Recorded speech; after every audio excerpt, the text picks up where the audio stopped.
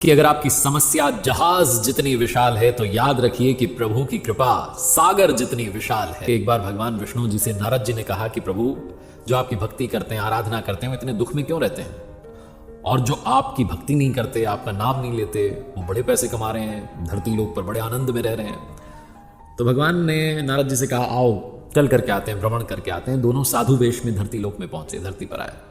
एक व्यापारी के घर पर गए, जाकर के दरवाजा खटखटाया और भिक्षा मांगी। तो व्यापारी आया, दरवाजा खोला और बिगड़ने लगा, गुस्सा करने लगा कि तुम आ जाते हो मुंह उठा करके, ये कोई जगह, यहाँ भोजन मिलता है, ये वो, जाओ जाकर के मेहनत करो।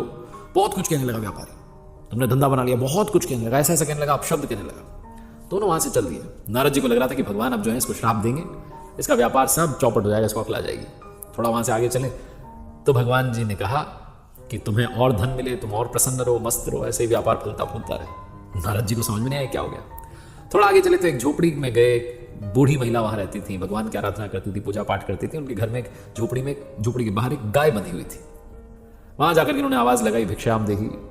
माता जी आई, उन्होंने कहा कि भोजन तो नहीं करा सकती, लेकिन गाय है, दूध आपके लिए उसका इंतजाम कर सकती हूँ। तो एक गिलास दूध लेकर के आ गई, आसन बिछाया, दोनों साधुओं को बड़े अच्छे से उन्होंने दूध पिलाया। उन्होंने कहा कोई चिंता की बात नहीं, आप बस आशीर्वाद दे के जाइए, मेरा जीवन ऐसे ही चलता रहे, मैं तो भक्ति करती हूँ। बहुत कुछ कहने लगी। दोनों साधु जो देश में आए थे, भगवान जी और नारद जी, वहां से चल दिए। थोड़ा सा आगे गए तो भगवान पीछे पलटे झोपड़ी की तरफ और कहने लगे कि तुम्हारी जो गाय है वो कुछ दिनों में चल बसे।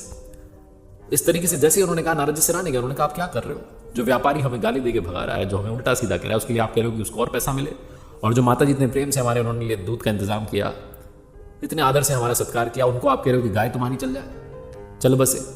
भगवान ने कहा तुम समझे नहीं, मैंने व्यापारी को और उसका व्यापार बढ़े ऐसी बात कही। क्यों कही?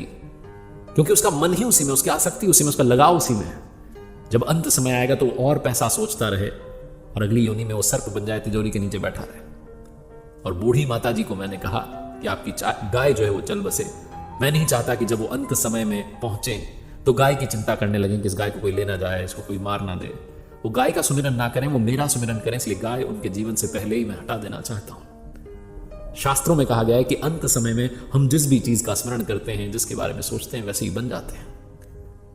अगर हम स्मरण ही प्रभु का करेंगे तो अंत समय में भी प्रभु ही याद आएंगे और हम उनके धाम पहुंच जाएंगे। इस कथा का सार यही है।